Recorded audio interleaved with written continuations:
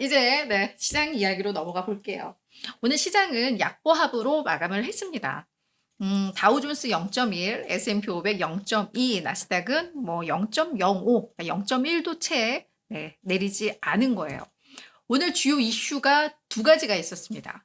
CPI, 9월 소비자 물가지수 발표가 있었고, 주간 신규 실업 수당 청구 건수. 그러니까 하나는 물가지표, 하나는 고용지표. 이게 좀 나온 건데 사실 약간 엇갈리기는 했어요. 물가지표는 예상보다 웃돌았고요. 고용지표는 또 예상 밖으로 저조했어요. 그러면 뭐 하나라도 이 시장에서 이렇게 쏠리면 이게 막 투자 심리가 위축되면서 오늘 변동성이 커졌을 법도 한데 일단 최종적으로는 지수가 되게 안정적이었단 말이에요. 자, 그 이유는 뭐냐? 물가지표는 다 예상치를 웃돌았습니다만 연준에서 야, 이거 연준이 기대하는 예측하고 있는 그 경로 안에 있어. 라는 이제 그런 해석들. 이게 완전히 뭐 경로로 삐져나가서 막 이게 아니었거든요. 그래서 그렇게 하면서 물가지표가 예상을 웃돈 거는 조금 잠잠해졌고 고용지표가 예상 밖으로 저조한 걸. 그러니까 신규 실업 청구 건수가 너무 많았거든요. 근데 이거는 약간 또 일시적이다라는 분석이 나왔어요. 잠시 후에 좀 볼게요. 그래서 그런 점들 때문에 좀 시장이 안도를 한 것 같고요. 그리고 허리케인 밀튼이 이제 플로리다 주에 상륙했어요. 근데 다행히 피해가 우리가 걱정했던 것보다 많이 줄었다고는 합니다. 물론 피해는 있겠지만. 그래서 원래는 막 이 등급이 막 5등급이었는데 이게 상륙할 때는 거의 3등급까지 좀 낮아졌다고 해요. 그래서 피해가 또 예상보다 낮아진 것도 어찌 보면 뭐 심리적으로는 긍정적인 영향을 미치지 않았을까라는 생각이 듭니다. 자, 근데 지금 시장에 대해서 오늘 이슈는 그래서 이제 그렇게 반영이 됐다라고 보시면 되는데 지금 시장 전망에 대해서 또 재미있는 분석들이 좀 나와서 요거를 제가 오늘 지수를 보면서 말씀을 드리려고 하는데요. 지금 S&P 500은 계속 최고치를 경신을 하고 있습니다. 근데 그 부분에 대해서 상당한 미지근한 신기록이고 이거는 앞으로 조정 가능성을 좀 열어둬야 된다라는 분석이 나왔어요. 그래서 그걸 좀 소개를 해드리려고 하는데 이 스테이트가스의 크리스 베론이라는 이 분석가가 뭐라고 이야기를 했냐면 지금 S&P 500 자체, 지수 자체는 계속해서 사상 최고치를 경신하고 있지만 그 구성 종목 중에서 20일 신고가, 그러니까 한 달 내 고가, 그 최고가를 경신하는 기업의 비중이 16%에 그친대요. 근데 원래 계속 지수가 최고치를 경신하면 이 20일 최고치를 경신하는 기업 수가 비중이 상당히 높아져야 되는데 그게 16%밖에 되지 않는다. 이 얘기는 신기록은 신기록인데 매우 미지근한 그죠? 약간 조금만 올려도 또 경신하고 뭐 이런 것처럼 그런 미지근한 신기록이기 때문에 어떤 좌절, 작은 악재에도 되게 민감하게 좀 반응할 수 있고 그때는 이제 조정이 나오기 때문에 어느 정도 좀 조정 가능성은 좀 열어두고 대응을 해야 된다라는 뭐 그런 분석이 있었습니다. 다만 주요 추세적으로는 분명히 양호하고 긍정적인 추세인 건 분명하지만 어떤 악재에도 많이 흔들릴 수 있는 그런 분위기다라는 분석이 좀 나왔어요. 그러니까 그 변동성 장세의 같은 말인 것 같기도 해요. 그죠? 그래서 그런 이야기가 하나가 있었고 또 하나는 UBS의 조나단 골럽이라는 애널리스트가 이 실적 시즌과 관련해서 또 이야기를 했습니다. 3분기 실적 시즌이 단기적으로 증시를 좀 조정을 이끌 수 있다. 우리는 지금 실적 시즌에 대한 기대감이 있는데 이런 의견이 나와서 이것도 좀 보려고 하는데요. 먼저 그 지수를 구성하는 산업부문 11개 중에서 지금 8개 부문의 성장이 그들의 이제 매출 성장이 둔화되고 있고 그냥 기업별로 봐도 전체 기업의 66%가 매출 성장이 둔화되고 있는 게 확인이 되고 있다고 합니다. 거기에다가 지금 EPS 3분기 성장률이 전년 대비 한 4% 정도로 예상이 된다고 해요. 그러니까 이게 기업들이 가이던스를 제공하면 그걸 바탕으로 해서 월가에서 추정치가 나오는데 그게 EPS 한 4% 성장이 나온다고 하는데 이게 전분기에 11%를 넘어섰거든요. 근데 이 애널리스트는 뭐라고 이야기하냐면 워낙에 실적 시즌 앞두면 약간 보수적으로 가이던스를 제시를 하고 그래서 서프라이즈 실적을 내는 이런 패턴을 고려할 때 실질적으로는 한 7.5% 성장이 예상이 된다. 그러니까 4보다는 높은 7.5가 예상이 되지만 이것도 전분기보다 낮은 거기 때문에 약간 부담스럽고 특히나 이 빅테크 기업들이 그동안 성장을 이끌었었는데 이들의 성장도 작년 말만 하더라도 EPS가 뭐 전년 대비 68%씩 성장했는데 이게 지금은 한 19% 정도로 이들도 이제 이익 성장이 조금은 네, 탄력이 둔화되고 있다라는 거죠. 그래서 그런 점에 있어서 이번 실적 시즌이 조금 호재보다는 약간 부담스러운 재료가 될 수도 있다. 이런 분석도 나왔어요. 그래서 그런 것들도 우리가 좀 참고하면서 이번 실적 시즌에 대응을 하면 좋을 것 같습니다. 자, 이제는 저희 CPI를 보도록 할게요. CPI 저희가 총 4가지를 봐야 됩니다. 헤드라인 CPI라고 해서 이제 전년 대비 그리고 전월 대비로 보셔야 되는데 자, 뭐 전월과 같거나 전월보다는 낮아졌어요.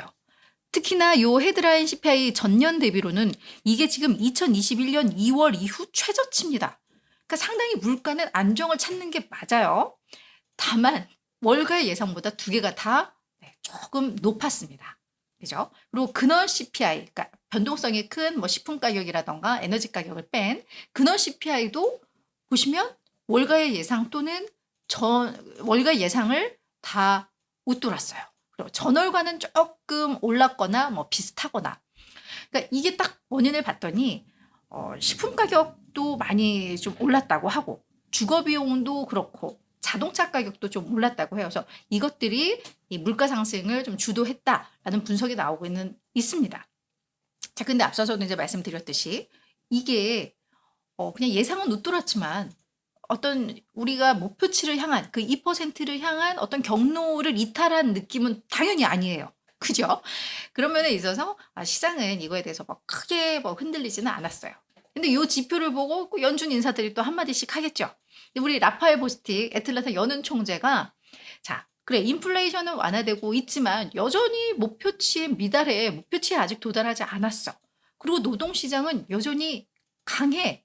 그래서 나는 11월 회의에서는 현 상태를 유지하는 거, 그러니까 금리를 동결하는 거에 난 동의해.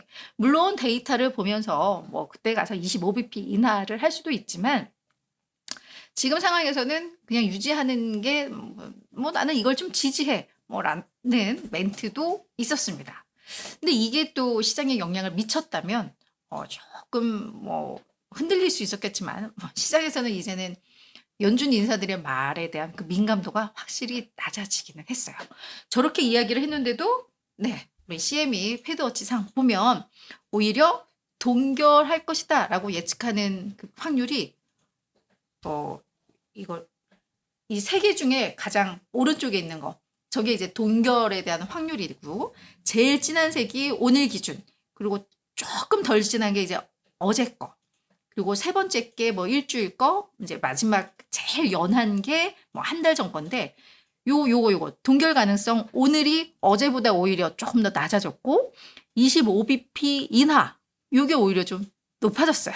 그죠? 그래서 연준 인사들의 말빨이 안 먹힌다. 이렇게 동결 지지해라고 해도 우리 시장은 오히려 25bp 인하로 조금 더 베팅을 한다라고 보시면 될 것 같습니다.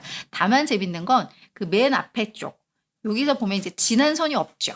네, 어제부터 없는데 이게 지금 시장에서는 이제 50bp 인하 가능성은 그냥 아예 생각하고 있지 않다라는 거. 그래서 어떻게 보면 연준에서 제시하는 방향과 시장 이 갭이 사실 이제 많이 줄어든 것 같기는 해요. 그래서 이런 부분들이 오히려 시장에 더 안정감을 주지 않았나 그런 생각이 좀 듭니다. 자, 그리고 아까 주간 신규 실업수당 청구 건수가 나왔다고 말씀을 드렸었는데 보세요. 많이 늘었죠. 그죠? 전주보다는 거의 한 3만 건, 예상보다도 한 2만 7천 건 정도가 지금 더 늘어나 있는 이 상황인데 이게 2023년 8월 이후 최고예요. 그러면 갑자기 우리 부담되잖아요. 야, 노동시장은 견고해야 경제 상황이 괜찮다고 하는데 지금은 뭐 금리 인하를 확 하는 것보다는 경제가 탄탄한 게 더 낫다라는 거 우리 다 이야기를 하잖아요. 근데 이제 저렇게 나오다 보니까 이거 뭐지? 라고 흔들릴 수 있었는데 자, 지난주에 저렇게 실업수당 청구가 늘 수밖에 없는 이유가 있었습니다. 첫 번째, 허리케인 헬렌이 2주 전에 휩쓸고 가면서 그러면서 고용 상황이 조금 흔들렸을 수 있겠죠. 실제로 이 허리케인의 영향을 받았던 지역, 뭐 플로리다주라던가 노스캐롤라이나주 이쪽에서 실업수당 청구 건수가 많이 늘었다고 하고요. 그리고 지금 보잉이 한 달째 노조 파업 중이잖아요. 그 영향이 또 있었다고 합니다. 그러니까 파업하면 일부 뭐 해고하기도 하고 뭐 이러니까. 그래서 실제 보잉의 그 근로자들이 많은 뭐 미시간주 이쪽에서 신규 실업수당 청구권이 좀 늘었대요. 그러니까 이거는 지금 약간 어떤 추세적인 흐름이 아니라 이벤트에 따른 수당 청구가 늘었다라고 해석이 되면서 저것도 좀 부담감이 많이 좀 낮아졌다. 이렇게 이해를 하시면 될 것 같습니다. 자, 오늘 국제유가는 간밤에 한 3% 넘게 상승을 했습니다. 이것도 또 허리케인과 영향이 있는데요. 지금 밀튼 때문에 그 이동 경로로 예상됐던 지역들에서 다 자동차 가지고 피했어요. 그죠? 피나댕겨 우리 사진 봤다고 어제도 말씀드렸는데 그러다 보니까 자동차로 이동을 하다 보니까 기름을 넣어야죠. 그래서 그 이동 경로를 따라서 있는 주유소들의 요 연료가 다 품절 사태가 엄청나게 이루어졌다고 해요. 그러니까는 한 뭐 25%가 연료 품질. 그러니까 4개 주유소 중에 1개에서는 주유를 할 수 없을 만큼. 그래서 뭐 요런 것들이 뭐 반영이 됐을 거고. 그리고 이제 이스라엘이 또 회의를 해서 우리 이란 공격 어떻게 할까? 요걸 약간 이제 구체화하고 있나 봐요. 그래서 그런 것들에 대한 부담감들, 오늘 국제유가가 좀 올랐다. 이렇게 정리를 해보시면 좋을 것 같습니다. 자, 마지막은 종목 뉴스인데요. AMD. 네, 차세대 AI 칩을 오늘 공개를 했습니다. 어드밴싱 AI 2024. 여기서 뭐 각 주요 기업들이 매년 연례 행사를 해요. 그래서 신제품을 뭐 공개하기도 하고 뭐 이러는데 오늘 했습니다. 그래서 우리 엔비디아의 블랙웰과 또 경쟁할 그 제품 MI325X 요거 4분기에 본격적으로 이제 양산할 거야라고 이야기를 했고 그다음에 뭐 내년에 출시할 거, 2026년에 출시할 거, MI350, MI400에 대해서도 뭐 다양한 설명들이 있었어요. 그리고 월가에서도 뭐 평가가 나쁘지 않았어요. 그랬는데 오늘 주가는 4% 밀렸습니다. 그래서 그럼 뭐가 실망스러웠나? 라고 볼 수도 있을 것 같은데 사실 평가가 뭐 실망스럽고 기술력이 딸리고 이런 분위기는 아니었습니다만 일단 뭐 MI325X에 대한 어떤 가격이라던가 주요 고객 등에 대한 공개가 좀 없었고요. 그러니까 구체성이 조금 떨어졌고 시장에서 궁금해하는 내용들에 대한 공개가 없었고 또 하나는 AMD가 이 행사를 한다라는 걸 9월부터 이제 공개를 했단 말이에요. 근데 작년에 이 행사 때 주가가 많이 올랐던 경험이 있어서 그때부터 주가가 사실은 많이 올랐습니다. 지난 9월부터 해서. 그러다 보니까 오늘 딱 공개하니까 오히려 이제 뉴스의 파라라처럼 약간 차익 실현 요걸로 해석하는 내용도 많더라고요. 그래서 요 주가 하락은 요 칩의 문제가 아니라 이제 요런 부분들이 좀 반영이 된 거다. 우리가 이렇게 이해를 하고 넘어가야 될 것 같습니다.